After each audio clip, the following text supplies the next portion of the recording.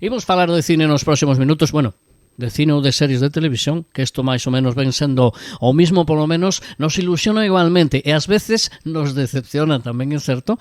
Vamos a desentrañar pois si merece a pena ou non algunhas das estreas ou das producións que temos disponibles tanto nos canales de televisión como en plataformas. Falamos nas nosas crónicas cínicas de televisión e de cine con Fernando Sampedro, noso guía en todos estes menesteres. Don Fernando, moi bons días. Moi bons días, pois aquí estamos unha semana máis. Bueno, aquí estamos hoxe cara a cara, non é por teléfono. Face to Face, gran película de John Woo con Nicolas Cage e John Travolta. Pois vina outro día, Ah, mira. Sí, vina outro día. Reafírmome que me gusta. Sí, por suposto, claro con que sí. Con todos os defectos que ten John Woo, esas cámaras lentas que eu non dou. Sí, a mí ese estilo en xeral me gusta. A mí non. Sí. Ese estilo así moi de postureo, moi moi adrenalítico. Tire moi de Michael Bay eres ti. Moitísimo. Sei. Por suposto. Sí. Mellor director das últimas 4 décadas. Bueno. Con permiso deste, que non te fixaches na miña camiseta. Sí, Reservoir Dogs trae unha camiseta cor vermella con pois unha foto, unha montaxe dunha foto de Reservoir Dogs, a ópera prima, polo menos a máis comercial, a primeira irrupción, por decirlo así, de Quentin Tarantino. De Quentin Tarantino. Aí comenzou a lenda. O mito, ¿no? De Tarantino. Sí, señor. É unha obra mestra como a Copa dun Pino. Unha película que na miña cabeza eu sempre asocio, porque son máis ou menos contemporáneas, con outra magistral película, para mí un pelín inferior a esta, pero que tamén ten aí un plot twister, un xiro inesperado, que sigue sendo histórico, como é Sospechosos Habituales, sí. O debut de Bryan Singer. Sí. Logo director de X-Men e de outras moitas cousas. Sí, pero non debeu seguir por ese camino. Non superou a súa ópera prima, non a superou. Non ten tamén perdón, que a tos non me deixa. Non é tamén autor dun Superman? Tamén, sí. Superman Returns, non? Sí, efectivamente. No que Kevin Spacey facía de Mira que olvidada está. Sí, bueno, e a última Superman xa non che digo. A do Corentín non sei xa nin como se chama. Sí, non, a verdade é que parece como, non sei, como se fixeran Superman para nenos, pero non para os nenos que éramos nós cando o Superman original do ano 78, senón para nenos, me van permitir, pouco exixentes. Sí. Vamos a decir. Incluso. Iba a decir para tontos. No, pero é que toma os nenos por tontos. Os tontos, aos nenos e ao público os toma por tontos este último Superman, pero bueno, non sei. En fin, corramos un estúpido velo. Efectivamente. Bueno, falamos de cousas que merecen a pena ou non? Bueno, pois un poquinho de todo, home, para compensar. É que é curioso porque vin esta semana pois dúas cousas así por... Bueno, reveín outras, pero se entramos no terreo das cousas que volvín a ver, pois sobre todo películas que fai moitísimos anos, non? Que mira, algunhas alquiladas en vídeo nos 80 e nos 90. Claro, eu cambiaba de videoclub bastante a menudo porque me veía os videoclubs enteiros. Es que mira que había videoclubs en Coruña, Sí, pero bueno, os pequeniños, que eran os de barrio, por exemplo, pues na zona na que vivía eu, ali ao final da Ronda do Outeiro, por onde arraxaría as Neves, máis ou menos, para ubicarnos, no número 300. Pois, claro, na calle Barcelona, na calle Cuba, pois en Peruleiro, pois había videoclubs pequenos, pero claro, é que en poucos meses eu era dos que alquilaba prácticamente unha película por día de media. Igual non todos os días, pero chegaba o fin de semana e alquilaba 3 ou 4. Película? 400 pesetas? 400, por exemplo... As baratas, non? No, eu iba tamén moito, fixérame socio antes do Hosman, que eso xa foi nos 90. Sí. Eu fixeme socio do Videoclub 84, creo que se chamaba. 83, que estaba en San Andrés. San Andrés, efectivamente. Pois ese, bueno, tiña 2 pisos, ese eu cando abriu, me acordo, foi como descubrir o Maná. Sí. Aí alquilei moitas películas. Además, xa me iba directo para a parte de arriba, porque abaixo eran as estreas e arriba era o catálogo. E ese estaba en San Andrés? E como se chamaba o que estaba en Federico Tapia? Boa pregunta, porque non. Ou era ese o de... Ese creo que foi algunha vez o de Federico Tapia, pero non. Pero era tamén dos potentes, eran eso, porque estaban na zona centro, se supón que eran os mellores, ¿no? Sí. Non me acordo como se chamaba. Que logo abriu Hosman. E onde estaba Hosman? Xa non me acordo. Na calle da Torre.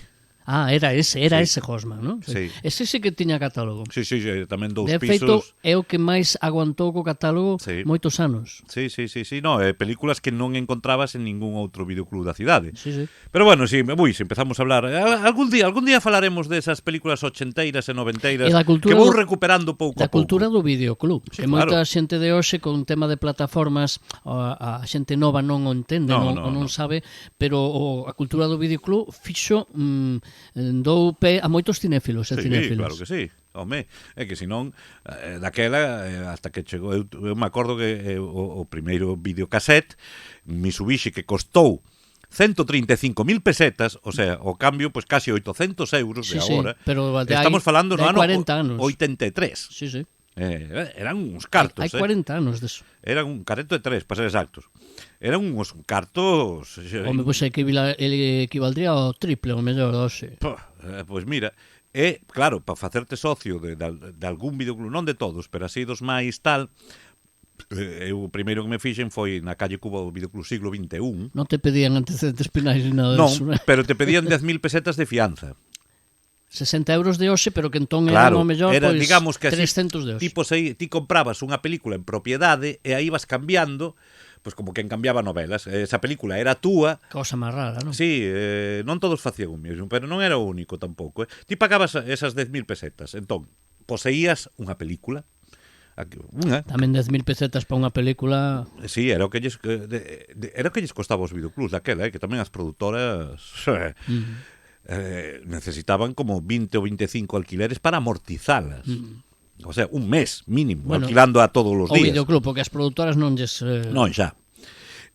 Bueno, pois con esas 10.000 pesetas ti poseías unha película e claro, logo ibas cambiando, pois cando querías, digamos, pagabas pois as 200, as 300 pesetas o que costara o cambio, O sea, o alquiler. 2-3 euros. Sí, por aí. E bueno, pois así fomos vendo centos e centos de películas, non? Ou miles. Ou miles. Eu diría miles. Bueno, pero eso foi así un remember momentáneo. Decía que esta semana é curioso porque vin unha película da que non me esperaba nada e me gustou bastante, ademais. E outra, unha serie, en contrapartida, da que esperaba algo interesante, algo ben, e me encontrei un aburrimento soberano. O mundo ao revés. Vimos empezar polo malo. Sí, por favor. A serie da que falo, hombre, recoñezo que me acerquei a ela pola súa protagonista, Kelly Reilly. Unha das protagonistas de Yellowstone, e agora de que se estrea esta semana, me parece, o novo spin-off, digamos que é Yellowstone propiamente dita, pero sin Kevin Costner, que se vai chamar Rancho Dayton, que se centra nas andanzas do personaxe de Kelly Reilly, que é a filla de Kevin Costner na ficción, e o seu noivo, capataz, que é o capataz do rancho, que foi adoptado por Costner desde que era un rapaz, bueno, lle dou galós cos anos ata convertir un capataz do rancho Rip, vale, pois son os protagonistas desta nova spin-off ou continuación, como queirades chamar, de Yellowstone. Bueno, pois entre medias, Kelly Reilly fixo outra serie británica, ela é británica, chamada Under Salt Marsh. Últimamente traes unhas series con uns títulos moi complicados para min, Eu non lle puxen, E o traductor non se debeu atrever a facer algunha das súas, porque... Eu nin entendía de que iba. Bueno, ven significando bajo el lodazal, bajo las zanjas de sal, bajo los pantanos de sal. Sí, ten sentido o título, porque se desenrola nunha zona pantanosa, con moitas zanjas, bueno, un terreo, pois, duro, non? Na Inglaterra rural, no que aparece o cadáver dun neno, dun rapaz. Entón, pois, ese é o punto de partida. Kelly Reilly interpreta a unha ex policía convertida en profesora nese pequeno pobo, que, bueno, como coñece o rapaz encima, o rapaz é un dos seus alumnos, e encima, bueno, entre que ela ten todavía ese gusanillo de porque foi policía. A vocación. Claro, que o coñecía, e que encima é ela, en persoa, que non encontra, pois claro, se Bueno, sinte... a premisa Sí, interesante, non? Estupenda. Pero os resultados non. A ver, é unha serie cortiña, son 6 episodios nada máis, como é tradición, non? Últimamente, sí. No, é porque é inglesa, Se chega a ser americana, Pero fan son mínimo 8. son longos. Unha hora, casi, unha hora. A contrapartida ya da Rafe Spall. Bueno, unha contrapartida que el é un inspector de policía co que, bueno, ela estivo máis ou menos relacionada con ela no xa, pero non se levan ben na actualidade. É un pouco esa loita, non? Bueno, a ver, pero é que a película transcurre moi paseniño, é moi... sinto decir isto porque é o típico, pero é que é verdade, é que é moi lenta. Para unha película de 2 horas, si queres ti, pois bueno, ben, xa compro, podría estar ben. A serie pretende crear un clima que non logra en ningún momento, baixo o meu punto de vista, porque, claro, é que cando pasa algo ou avanza mínimamente a historia, estás dormindo xa. E que ata non hai tampouco algunha subtrama que te atrape. Non é o caso, porque, oye, en outras, pois, si a historia central non dá para tanto, bueno, lle metes un par de subtramas con outros personaxes que a ver si resultan atractivas ao espectador. Non sempre se consigue, claro. Pero que aquí é que nin eso hai. Entón, pois claro, queda unha cousa descafeinada, aburrida. Sí, os paisaxes de Gales, é verdad que se desenrola en Gales, no norte de Gales, son moi bonitos, esa zona pantanosa, non é Luisiana, por exemplo, que tamén é famosa polos seus pantanos, non? Pero bueno, é o primeiro que pensei eu. Sempre sí, me ven á cabeza, me falas de pantanos e penso sempre en Luisiana, non? Sí, é que isto, pois bueno, pensando o mismo, pero a inglesa, non? Pasa por aí tamén un recoñecido actor inglés, de Jonathan Pryce. Pasa por aí. O sea, pasa, pero non se queda, non? non moito. Non, é que a serie definitivamente non se queda na túa psique por moito tempo. Che costa acabar de vela e en canto acabas sintes alivio. Porque tampouco, falábamos antes de Reservoir Dogs ou de Sospechosos Habituales, tampouco ten un xiro, unha intriga, un suspense. É que no terceiro episodio xa che dá igual quen matou o rapaz ou como morreu. Dache igual.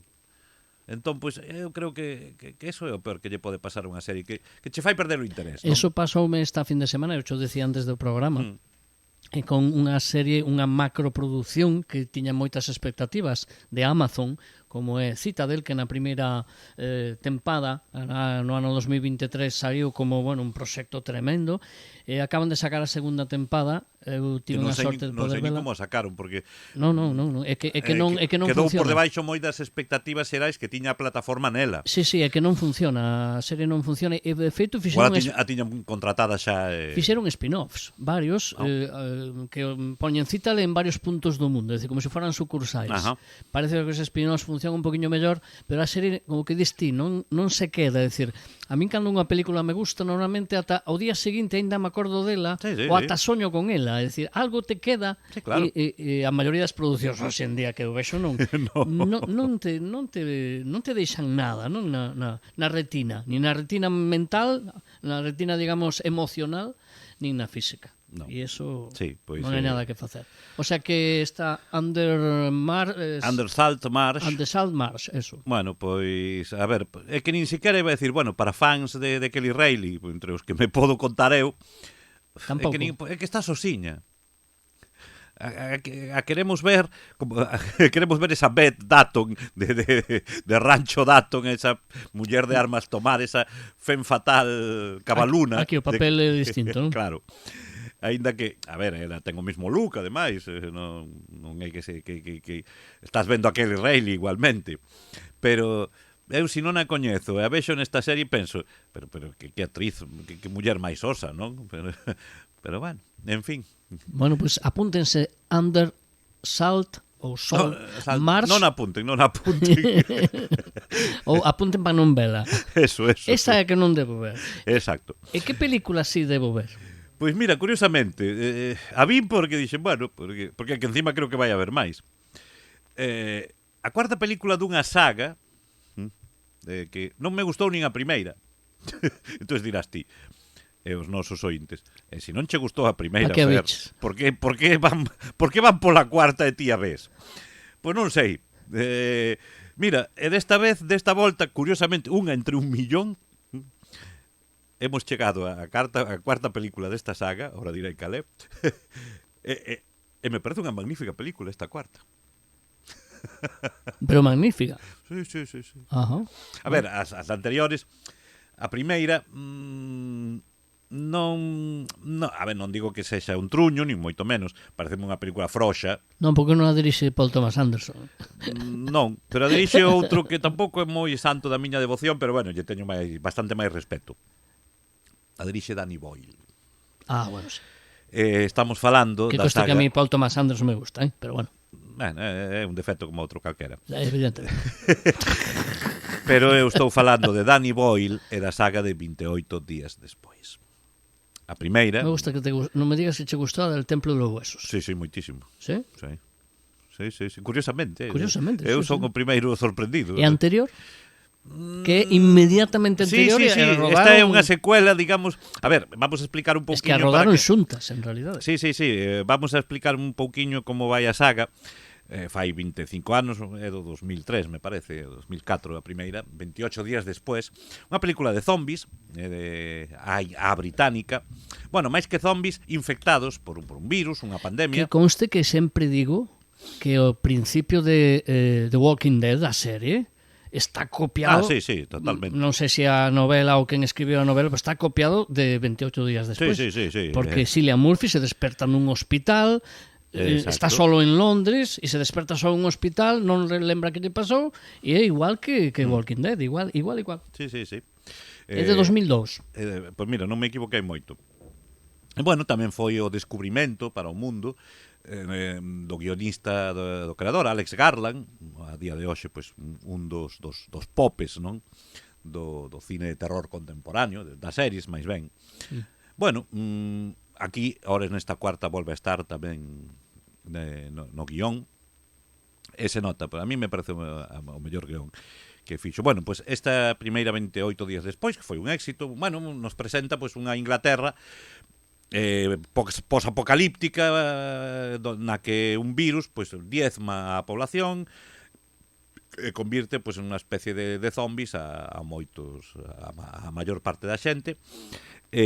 Bueno, os que sobreviven, pois Cillian Murphy, que foi, digamos, onde o empezamos a coñecer. Eu a primeira vez que o vi foi aí. Exacto. E bueno, pois anos despois se fixo unha segunda parte que, se mal non recordo, dirixiu Fresnadillo, Juan Carlos Fresnadillo. 28 semanas despois. Exacto. Bueno, pois xa como di o título, pois seguía a historia. Con ese actor que a mí me gusta tanto, que non me va a acordar nunca do nome, o actor al malo de El mundo nunca es suficiente, el de tamén que forma parte de Full Monty tamén. Robert Carlyle, que me parece tamén un actor moi bo. Sí. Que non aproveita moito a súa carreira, pero me parece un actor moi bo. Sí, un característico británico. E dunha película, protagonista dunha película que se chama Ravenous, que seguramente moitos a viron, e que sin verse nada, unha das películas máis inquietante para mí, por lo menos de terror, máis inquietante, fala de canibalismo. Pois eu che digo que non a vin. Calé, pero non a vin. E non ves nada, estás todo o tempo incómodo. Xa. Incómodo, eso é o mellor. Pero moi incómodo. É dicir, unha película excepcional, que sale Guy Pearce, que sale Charles Dance, me parece, bueno, e outro que facía de profesor en Todo un día con Matthew Broderick, non me acordo como el pelirrojo este actor dun característico tamén. Ahora cho digo que eu miro en internet e cho vou dicindo. Quer dicir, que é unha película Ravenous, así, con V, Ravenous. Giovanni Ribisi, é o que diste? No. Se te digo quen é agora.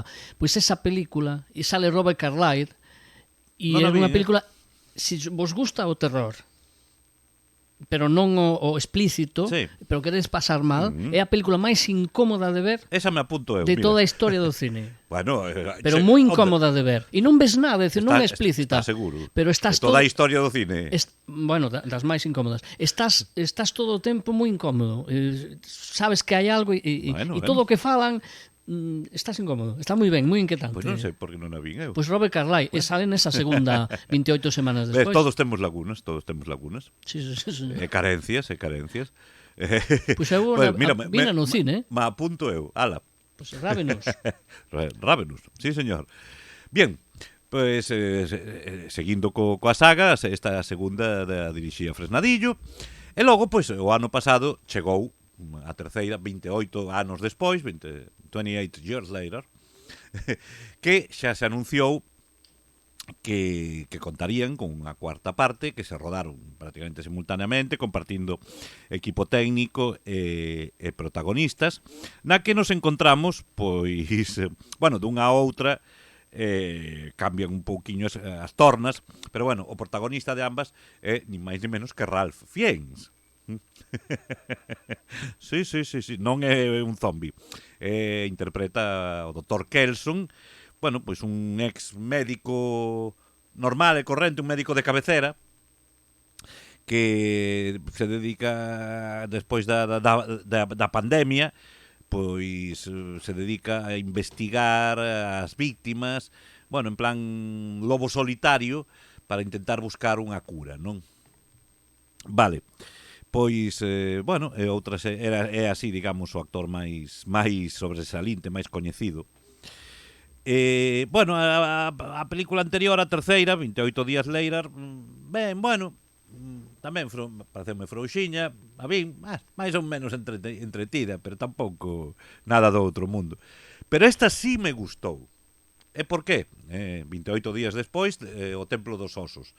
20 years later, bon tempo. Tiña que exhibir o seu inglés, Non é por exhibir o meu inglés, que non é ni o meu é de Paddington, non é de Oxford nin de Cambridge. Pois o meu, imagina, o meu é de non, pero é que se chama así, o sea, sí. vos mirades a carteleira no cine e se anuncia co título en inglés, non estou inventando nada. Non está traducido ao español, porque non o chamaban igual 28 anos despois, non sei, o Templo dos Osos. Pues, sabe Dios, igual o chamaban a charcutería, non sei. Bueno, pois esta cuarta, tendo tamén unha historia sinxela, xoga co mito de Frankenstein dunha maneira moi curiosa, ademais, recorda, non? Porque o obxectivo que ten aquí o personaxe, o Dr. Kelson, o personaxe de Ralph Fiennes, que ademais está todo naranxa, o que é unha clara alegoría a Trump, pero non é por eso, é porque el vai recuberto de... Bueno, é que Trump está naranxa. Sí, bueno, pero este porque vai recuberto de... Ai, que non me acordo. Bueno, dunha sustancia... Sí. Para que... Repelente ou algo. Sí, para que non lle ataquen os zombies, non? Entón, digamos que desenrola unha amistade co macho alfa dos zombies, que é o mismo da película anterior, entendo. Sí, é o mismo, un mastodonte de 2 metros e pico, que bueno, o gana gracias a que lle dá morfina. E claro, empeza a flipar. Bueno, non vou contar spoilers, pero esa é, digamos, unha das historias, a relación entre Fiennes e o alfa zombie, que el lle chama ademais como lle chamo, a ver se me Sansón, porque claro, é un tipo enorme, non? Ben, pois é unha das partes fundamentais da película. A outra é o grupo de subversivo de rapaces novos que xa se insinuaban na última tramo da película anterior. Exacto. Que o líder está inspirado, ademais, descaradamente, en Jimmy Savile, que é este comediante, actor británico que xa fai a 2015 ou así, pois foi acusado, descuberto de bueno, despois que fora artífice de moitos abusos sexuais. E bueno, pois está un pouco inspirado en ese en ese deleznable personaxe, non? O líder dos Jimmys, todos se chaman, non se chaman Jimmy, pero lles pon nomes derivados de Jimmy. Aí está tamén o rapaz Spike, que saía na película anterior, xa tamén, que digamos que estaba baixo o manto do Dr. Kelson, de Ralph Fiennes, pero foi reclutado por esta panda de drugos, que tamén poden recordar un pouco os da Naranja Mecánica, non? Que encima é que son satanistas. Bueno, son o líder, os leva por o cando se topan con Ralph Fiennes, como é naranja, pensan que é o diaño. Sí, incluso o líder. Entón, o obligan a celebrar unha ceremonia satánica para para depurar o... Non, para que poida convencer o Jimmy o malo, digamos, os seus acólitos, os rapaces novos, de que existe o diaño, bueno, pues aí entón é cando Ralph Fiennes e Sansón fan o que fan. Bueno. A ver, visualmente me parece a máis impactante de todas. Bueno, pero o máis importante é a chicha que ten dentro. Sí, o guión está ben. Sí. Porque visualmente está moi ben, pero se despois se aparte, queda na estética... Non se complica a vida con discursos filosóficos nin con moral. No. Esta xa vai directamente aquí. Alex Garland construye un guión que sí, vale, que ten vocación de epatar, pero non de dogmatizar de ninguna clase. Bueno, pues apoiado nuns personaxes que por fin se pode decir que teñen sustancia, que son poderosos, non todos, os bos e os non tan bos. Cousa que nas outras películas quedaban un pouco dispersos. A mí a primeira me gustou, a segunda non tanto, e a terceira, a anterior a esta... Sí, a ver, a peor é a de Fresnadillo, a segunda, esa é a peor. No, pero non porque non fixera mal Fresnadillo. Tampouco, Non, porque de feito pon en evidencia moitas cousas. Eses pais, sobre todo o pai, Robert Carlyle, como que primeiro se salva ele e logo salva a familia, que antepón, cuidado, non? Dice moitas cousas, pero a min a que me gusta é a primeira, me parece como película de terror, parece moi boa.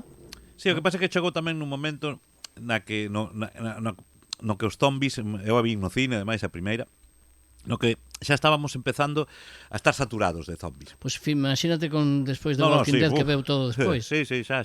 Pero xa en aquel momento xa estábamos finos, A mí a primeira gústame, e esta última a teño en carteira, vi a anterior hai pouco. Bueno, sí, que se estrenou o verán pasado. Non me deixou moito poso. No, a anterior, que non ten que ver co espírito da saga. Pero digamos que a anterior é necesaria, é a que senta as bases para que todo estoupe nesta. Que bueno, algunha eu ali por aí que esta era moi psicodélica, moi, bueno, non. A ver, a mí incluso me recordou toda a parte da ceremonia satánica, a mí me parece alucinante. Bueno, ocupa pues 20 minutos mínimo, pero bueno, a mí me recordou a un clásico que seguro que me gustaría preguntar yo tanto a Garland como a Boyle. Bueno, Boyle aquí non a dirixe, pero a Garland, o sea, que é o guionista, pero incluso polo look me recorda a 2000 maníacos de Herschel Gordon Lewis, un clásico do gore. Herschel Gordon Lewis, un dos pais, dos pioneiros do cine gore. Estamos falando dunha película de 1962. Ollo. Bueno, logo ten máis, é un clásico do gore. Outro día podemos falar de Herschel Gordon Lewis. Digamos que o Ed Wood, pero en bon. Por decirlo así dunha maneira rápida, Para que nos entendamos. Exacto. Pois me recordou polo look, non polo que ocurre, pero sí visualmente. É dicir que para os que lles gusta o cine, é dicir, para os palomiteiros que non entenden de cine, pero que lles gusta, non? Quero dicir que non teñen esa bagaxe de ter visto tantas películas. Cuidado, non quero dicir que non entendan no sentido que no mellor non controlan, pero como para os que sí que xa controlan e que fan estas referencias, a película é satisfactoria para todos. Non me atrevo a decir para todos. Si nunca vos acercachedes a esta saga, excusades acercardes vos agora, ou empezade polo principio e decidide. Si vos interesou mínimamente as películas anteriores, a min que xa digo, as fun vendo un pouco por rutina e por vicio, pois chegamos á cuarta e me encantou, mira ti. Por certo, que lle pasa ao personaxe na anterior de Aaron Taylor Johnson, que xa non me acordo, que era o tampouco. O pai do... Bueno, sí, non soltemos spoilers. Bueno, pero algo lle pasaba, non me acordo si sigue en esta ou non me acordo. Non, só che digo que nesta non está, pero sí volve, hai un cameo ao final nesta, no Templo dos Osos, hai un cameo importante que, a ver, nos vaticina que é probable que haxa unha quinta película. Eu que lín é que había un proxecto para que sexa unha franquicia longa. Sí, pues, deixa a porta moi aberta para unha quinta película. Bueno, madre mía. Bueno. A ver, non van a facer un crossover. Un cliffhanger todo alto. A ver se non vai aparecer tamén. Fan un crossover con CSI Las Vegas ou unha destas, ou que sei, ou con Alien. Pero se non están na mesma línea temporal. Que sei, bueno, para facer... Bueno, home, na era dos multiversos, que máis dá? Sí. Me dirás, non? Sí, bueno, non sei. Están na mesma línea temporal todas as producións da Marvel dos últimos anos? No. Sí. Non. Bueno, no, pero o meten con calzador. O do multiverso se lles foi un pouco das mans. Bueno, a ver, xa saben os ointos que lles gusta a comedia que pois a produtora de Chuck Lorre o artífice de a teoría de Big Bang acaba de sacar un spin-off, unha secuela con o Stuart, o propietario da tenda de cómics, e se fai Stuart arregla o multiverso. Sí. E parece ser que meten a pata, que rompen un multiverso, me dirás ti, nese tipo de comedia meten un multiverso. Pois vai deso, en clave comedia, pero vai deso. Que, a ver. Mira, eu non son nada fan de Big Bang Theory, pero bueno, igual esta, pues hasta me poño a vela e todo. A ver, eu verei os primeiros capítulos, non creo que... Como ex-dependente de tenda de cómics tamén, pues, tes un pouco de corporativismo. Claro. Me identifico, me podo identificar. Bueno. Eu non arreglei ningún multiverso, No, pues estos tampouco creo que pensei moitas veces que vivía nun, pero non. Estos tampouco, pero eso che digo, eu mismo fan un crossover e mesturan franquicias de unhas e de outras produtoras. Bueno, esas cousas sempre teñen gracia. Soen sair mal, pero sempre teñen gracia. Sí, lo que pasa é que o damnificado adoita ser o espectador, que se queda con cara de bobo e dice, que me están metendo aquí? Acabo de pagar unha pasta pola suscripción á plataforma ou por ir ao cine e vexo unha cousa que, bueno, me están tomando o pelo. Pero bueno, o calla que non sexa así. Exacto. Falamos de cine a semana que ven? Pois espero que sí, non? Se che parece? A mí pareceme maravilloso. Pois a nós tamén. Fernando, moitas grazas. Unha aperta esta semana.